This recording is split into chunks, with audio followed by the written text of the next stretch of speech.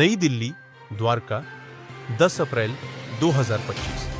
परीक्षा की तैयारी में राष्ट्रीय स्तर पर अग्रणी आकाश एजुकेशनल सर्विसेज लिमिटेड (AESL) ने गर्व के साथ आकाश इन्विक्टस कैंपस सेक्टर 12 द्वारका का शुभारंभ किया है। ये जेईई की तैयारी के लिए एक अनूठा और अग्रणी एडवांस्ड प्रोग्राम है, जिसे विशेष रूप से सर्वश्रेष्ठ और प्रतिभाशाली इंजीनियरिंग उम्मीदवारों के लिए डिजाइन किया गया है।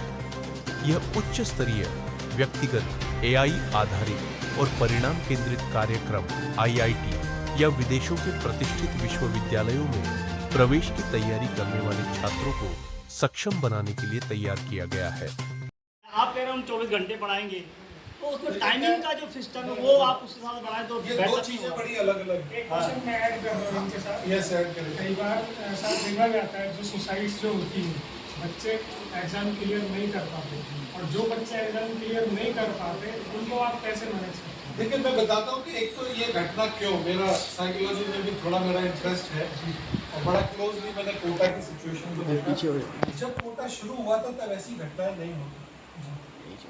अब क्या है कि बच्चा जब प्रेशर में होता है तो सबसे पहले अगर वो किसी के साथ अपनी दुविधा शेयर कर सकता है तो शायद उसकी माँ होती। अभी वो माँ बाप से दूर है, कहीं पे बंद है, एक हॉस्टल के अंदर बंद है। तकलीफ तो आएगी, कोई भी कंपटीशन हो जो इस लेवल का है, जिसको कहते हैं दुनिया में सबसे टफ एग्जाम है, तो उसमें कुछ परेशानी बच्चे को आती है। जब मैं अपने घर से दूर हूँ, मैं किसी को कह नहीं सकता कि मुझे क्या परेशानी है, उसकी बात कोई सुनने वाला नहीं है, और तब शायद वो एक घुटन का सा माहौल बनता है। तो हम तो आकाश में पहले भी उस मॉडल को विश्वास नहीं करते थे, हमारी इसीलिए इतनी सारी ब्रांचेस पैन इंडिया में है। और दूसरी बात कि बच्चे को कैसे आइडेंटिफाई करें कि तकलीफ में हो, हमारे टीचर्स ट्रेंड है उसके लिए, हमारे काउंसलर्स ट्रेंड है उसके लिए, हम प्रोफेशनल काउंसलर्स भी हम एंगेज करते हैं जो टाइम पे उनके मंथली सेशंस उनके साथ चलते हैं। मैं खुद एक सेशन बच्चों के साथ करता हूँ कि भाई मैं इस ऊंचाई के लिए तैयारी कर रहा हूँ, इसका मतलब है स्क्रैच कर रहा हूँ, इसका मतलब ये हरगिज नहीं है कि नहीं मुझे वहीं पहुँचना है तो मेरी जीत है, और वहाँ नहीं पहुँचा तो मेरी हार है। नॉलेज एक्वायर कर ली मेरी जीत है, उस मेरिट लिस्ट में नहीं आया इसका मतलब मेरी हार नहीं है। और मैंने अपने इतने लंबे कैरियर में आज 36 ईयर्स हो गए, जो जिन बच्चों का सिलेक्शन नहीं हुआ और प्राइवेट कॉलेज में गए, उनको भी इतने बड़े पैकेज की नौकरी मिलते हुए देखा है कि जिन्होंने IIT के भी टॉप मोस्ट प्लेसमेंट को फेल कर दिया। यानी उन बच्चों पे नॉलेज थी, उनको मेहनत करने की आदत पड़ी थी, वो डिसिप्लिन थे। तो वो जो घटनाएं घट रही हैं वो एक अलग साइकोलॉजिकल फिनोमिना है। तो पॉलिटिकल इशू होता है तो गवर्नमेंट का काम है इंटरवीन करे, काउंसलर्स होने चाहिए। एक पॉइंट मैं भी ऐड करता हूँ इसमें। मैं 3 साल कोटा रहा जब हमने आकाश की कोटा की ब्रांच खोली थी, तो वहाँ पे हर टेस्ट के बाद रीसफलिंग सिस्टम रहता है कि टेस्ट हुआ, थोड़े अच्छे बच्चे आए तो नीचे से ऊपर पहुँच गए, ऊपर वाले बच्चे नीचे चले गए। जो बच्चा ऊपर वाले बैच में था वो टेस्ट के बाद थोड़ा नीचे वाले बैच में चला गया तो बहुत ज़्यादा डाउन हो जाते थे। उसको देखते हुए आकाश में ऐसा कोई रीसफलिंग सिस्टम नहीं रखा है हमने, ताकि बच्चे जिस बैच में है वो सारा साल उसी बैच में पढ़ते हैं, वही टीचर रहता है, तो बच्चों को वो एक प्रॉब्लम नहीं होती है। दूसरा, हमारे यहाँ जैसे सर ने ऐड किया कि हम पहले से छांट लेते हैं। अब हमारे पास इंजीनियरिंग के 2 प्रोग्राम हैं, एक तो नॉर्मल इंजीनियरिंग का IFS प्रोग्राम है, एक इन्विक्टस है। तो हम पहले से थोड़ा सा बच्चे का लेवल देख के भाई कहाँ कौन सा बच्चा जा रहा है, जैसे सर ने बोला पहले से उसकी ईगर है, बहुत ज़्यादा भूख है, मुझे तो IIT दिल्ली में जाना है या बॉम्बे में CS लेना है, तो वो थोड़ा डिमार्केशन पहले से करके तब हम उनको डिवाइड करते हैं कि भाई आपके लिए ये प्रोग्राम ज़्यादा अच्छा है। तो हमारे यहाँ ऐसी घटना नहीं होती। टाइमिंग का सर, टाइमिंग का जो उन्होंने कहा, टाइमिंग का तो सर ने बताया, एक हफ्ते में राउंड द क्लॉक आप एक हफ्ते में वो सेम टाइम में 20 आवर्स का एंगेजमेंट, जिसमें 16 आवर्स हमारी ब्रांचेस पे है, 4 घंटे उसकी टेस्टिंग है जो वो घर से बैठ के देगा। ये जो 4 दिन है इसमें 3 दिन ऑफलाइन आना है, 1 दिन वो अपने घर से ऑनलाइन कर सकता है। तो ये टोटल हम उससे एंगेजमेंट मांग रहे हैं, जिसमें उसकी टेस्टिंग भी है, उसकी डाउट क्लियरेंस भी है। एक हफ्ते में 7 दिन में करीब 20 to 24 आवर्स की रिक्वायरमेंट उसको है। दूसरा, ये जो एक घटनाओं का आपने बताया कि इसमें शायद मैं समझता हूँ हम पेरेंट्स की भी जिम्मेदारी है। हमने बच्चे को तैयारी के लिए भेजा, और जब वो थोड़ा पीछे रहता है तो हम इमीडिएटली उसको क्या बोलते हैं, इसका नाम लेंगे, पड़ोसी का नाम लेंगे, उसको उदाहरण ऐसे देंगे, तो वो थोड़ा सा प्रेशर हम लोग भी शायद सोसाइटी की वजह से या मेरी एस्पिरेशंस है, बच्चे का थोड़ा पीछे रहना हमेशा ज़रूरी नहीं है कि वो लापरवाही कर रहा है। लापरवाही कर रहा है, डिस्ट्रैक्शन है, तो ज़रूर हमें उसको कोशिश करनी चाहिए। बट अगर उसके एफर्ट सही है तो मेरा मानना है कि पेरेंट्स को और समाज को भी थोड़ा उसको सपोर्ट करना चाहिए। वो मंजिल नहीं है, आखिरी मंजिल तो बिल्कुल नहीं है। तो शायद इसमें सोसाइटी की भी जिम्मेदारी है, पेरेंट्स की भी जिम्मेदारी है, हमारी भी एज ए टीचर इंस्टीट्यूशन हमारी भी जिम्मेदारी है कि हम टाइम पे उनके साथ खड़े रहें, बच्चे को सपोर्ट करें। बट मेरा सभी आपके थ्रू पेरेंट्स को भी रिक्वेस्ट है कि ये कोई रैट रेस नहीं है कि बच्चे को तुलना, एक की तुलना दूसरे से करें और उसको कुछ ताने जैसा उसको मिले। सपोर्ट करें उसको, जहाँ भी जाएगा। सिलेक्शन इसमें नहीं होगा, IIIT NIT मिलेगी, नॉलेज ही एक्वायर कर रहा है, 2 साल मेहनत कर रहा है, डिसिप्लिन में रहेगा, पढ़ाई कर रहा है, बुरा तो नहीं हो सकता उसकी लाइफ में। मैंने कभी नहीं देखा जो सिंसियरली पढ़ाई कर रहा है और उसको लाइफ में कुछ अच्छा अचीव ना हो। तो थोड़ा प्रेशर शायद घर से, परिवार से, समाज से भी बनता है। सर आपने चौथा पॉइंट बोला था, क्या बोली, आकाश का हाँ, ये बरियाली इंस्टीट्यूट भी पीछे दिनों बंद हो गई थी। देखिए मैं भी कभी उसमें रहा हूँ लंबे टाइम। जब ये ऑर्गेनिक कोचिंग इंडस्ट्री जब एक्सपेंशन हो रहा है तो उसका बेस स्ट्रक्चर बहुत मजबूत होना जरूरी है। सर हमारे रीजनल डायरेक्टर है, दिल्ली NCR की सारी ब्रांचेस देखते हैं। मैं इंजीनियरिंग का पार्ट देखता हूँ, मैं इंजीनियरिंग वाले पार्ट को देखता हूँ। हमारे ऊपर हमारा हेड ऑफिस है, तो पूरा इंडिया हमारा कई जोन्स में बटा हुआ है। ये जोन एक यूनिट की तरह काम करता है। हर जोन में अलग अलग सेंटर्स बने हुए हैं, वो अलग अलग यूनिट की तरह काम करते हैं। तो एक जो मैकेनिज्म है, जगह ना एक बैंक फंक्शन करती है, उसका एक हेड ऑफिस है, फिर उसके जोनल ऑफिस है, रीजनल ऑफिसेज है, फिर डिस्ट्रिक्ट लेवल पे वो ऑपरेट करती है। ये स्ट्रक्चर आकाश ने बहुत पहले बिल्ड कर लिया था। अगर मुझे कल कहीं दूसरी जगह में ट्रांसफर जाना चाहता हूँ तो मैं रिक्वेस्ट कंपनी में डाल सकता हूँ, वहाँ पे जगह होगी तो पहले प्रायोरिटी मुझे उस ट्रांसफर को देगी।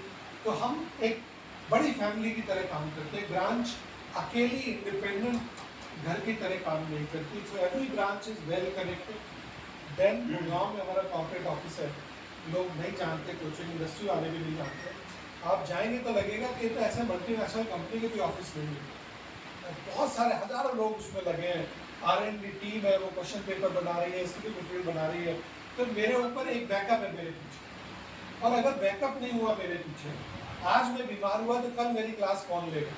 तो ऑर्गेनाइजेशनल स्ट्रेंथ आकाश की बड़ी, एक तो हमें आदत है कि इतने सालों से, 36 सालों से हम हर स्टेट में डिफरेंट ब्रांचेस को चलाने की एक चाहिए होती है आपको स्ट्रेंथ, स्किल बोलने, जो भी बोलने, जो शायद इंडिया में किसी इंस्टीट्यूट के पास है नहीं। वो अलग अलग यूनिट की तरह काम करते हैं। हम एक सिंगल यूनिट्स है हमारी, बट सारी यूनिट्स कहीं ना कहीं आके मर्ज हो रही है। डिसिप्लिन, गवर्नेंस, पॉलिसीज, वो सब वेल स्ट्रक्चर्ड है। तो इसलिए हम मतलब मैं जरा विनोद जी से पूछा, सर आपका बैकग्राउंड इसी सेक्टर में है, कैसे आपने चूज किया इस सेक्टर को?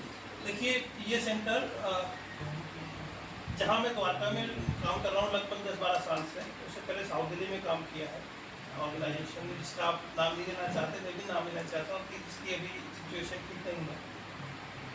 और द्वारका सेक्टर में मेरे आने के बाद में यहाँ पे हमने IIT का एक नया जोन क्रिएट किया। IIT के रिजल्ट्स में लोग जो नहीं मानते थे वो क्रिएट किया, ओलंपियाड्स में क्रिएट किया, NTSC में क्रिएट किया। तो बहुत एक्स्ट्राऑर्डिनरी काम हमने यहाँ पे किया और उस लेगेसी को हम इस इन्विक्टस के थ्रू आगे बढ़ाना चाहते हैं। हर बच्चे को, हिसाब से कह रहे थे, हर बच्चे को हम ये प्रोग्राम ओपन नहीं कर रहे हैं। ऐसा नहीं कोई बच्चा आया ओपनली कि सर मुझे इन्विक्टस चाहिए आप दे दीजिए, हम ऐसे नहीं दे रहे हैं उसको। हमारा अपना टेस्टिंग मैकेनिज्म है, काउंसलिंग मैकेनिज्म है, और हमको लगता है कि वो बच्चा उतना एफर्ट डाल सकता है तभी उस बच्चों के प्रोग्राम हम ऑफर करेंगे। अदरवाइज हर बच्चे के लिए प्रोग्राम नहीं है।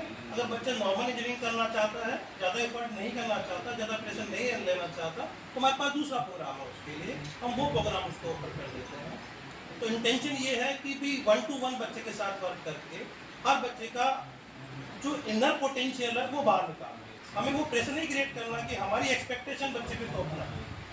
हमारा एम है कि बच्चे का जो रियल पोटेंशियल है उसको हम एक्सप्लोर करके उसको उसकी मंजिल तक पहुंचाएं। You have granted Agas, ये Agas has granted to you. मैं अभी इसको आप बता दूं, देखिए, एक ही पार्ट नाउ मतलब मैं विनोद जी के साथ कालूसराय में रहा हूँ, अच्छा, पहले से लंबे आप- टाइम मैंने काम हाँ, किया। बिल्कुल। अगर कांटेक्ट करने का होता, मैं आकाश में आज 9 साल हो गए, विनोद जी को शायद इन सालों में मैंने कभी नो ना इन्होंने किया होगा ना मैंने किया होगा। नेचुरली एक अलायंस बन गया क्योंकि वो मेरे साथ काम कर चुके हैं। उन्होंने कहा ठीक है, वहाँ पे कुछ तकलीफें हैं, उनकी कुछ प्रॉब्लम्स हैं, सैलरीज के बड़े इश्यूज थे, आपने देखा ये मीडिया में।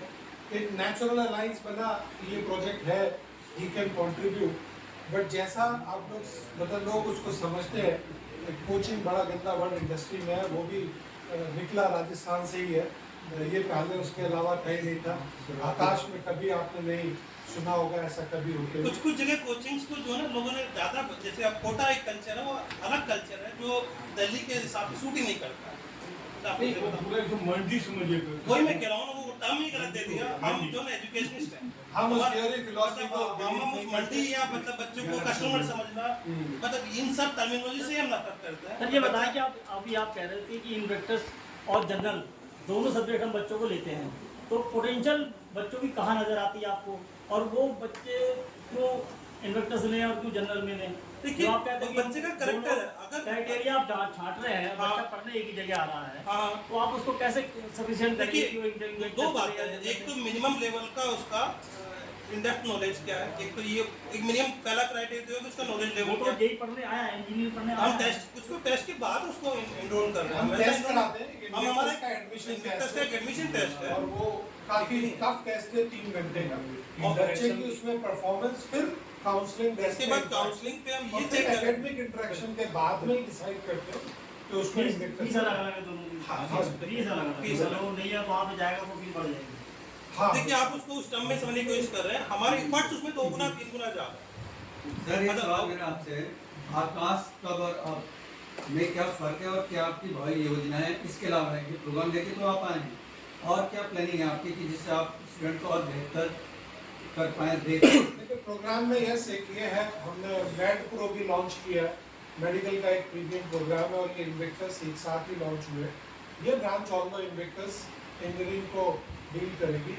हमने आकाश डिजिटल पे भी प्रोग्राम अपने लॉन्च किए। आकाश डिजिटल का भी इनॉग्रेशन हुआ है, यानी जो बच्चे शहरों में हमारे पास नहीं पहुंच सकते, रिलेटिवली कम फीस पे अपने घर टियर 3 सिटी में बच्चे हैं, नहीं आ सकते, रहने का खर्चा, हॉस्टल का खर्चा, बड़े पेरेंट उतना खर्चा नहीं अफोर्ड कर सकते, तो आकाश डिजिटल के प्लेटफॉर्म से इन्वेक्टर्स प्रोग्राम ऑल इंडिया में लगभग सभी जगह अवेलेबल होगा। बच्चे अपने गांव में, शहर में रह के इस प्रोग्राम को ऑनलाइन माध्यम से पढ़ सकते हैं। हमने कुछ अपने एक्सटेंशन सेंटर्स खोले हैं पार्टनर्स के साथ मिलकर, कि वो वहाँ पे एनरोल कर सकते हैं। हमारी नियर बाई जो ब्रांच है वो उन बच्चों को वहाँ पे सपोर्ट करेगी, सर्विसेज प्रोवाइड करेगी। तो जो लोग नहीं आ सकते, खर्चे के इश्यूज हैं, उनके लिए हमने एडी आकाश डिजिटल का प्लेटफॉर्म भी इस बार लॉन्च किया है। तो एक तो एडी इन्वेक्टर्स और मेड प्रो मेडिकल का एक स्पेशल प्रोग्राम अपनी ब्रांचेस से और अपने पार्टनर्स के थ्रू, एडी के थ्रू और एक्सटेंशन सेंटर्स के थ्रू हम पैन इंडिया उसको कोशिश करेंगे कि ज़्यादा से ज़्यादा बच्चों को जो शायद वंचित है किन्हीं कारणों से, हम उन तक पहुँचें। Thank you.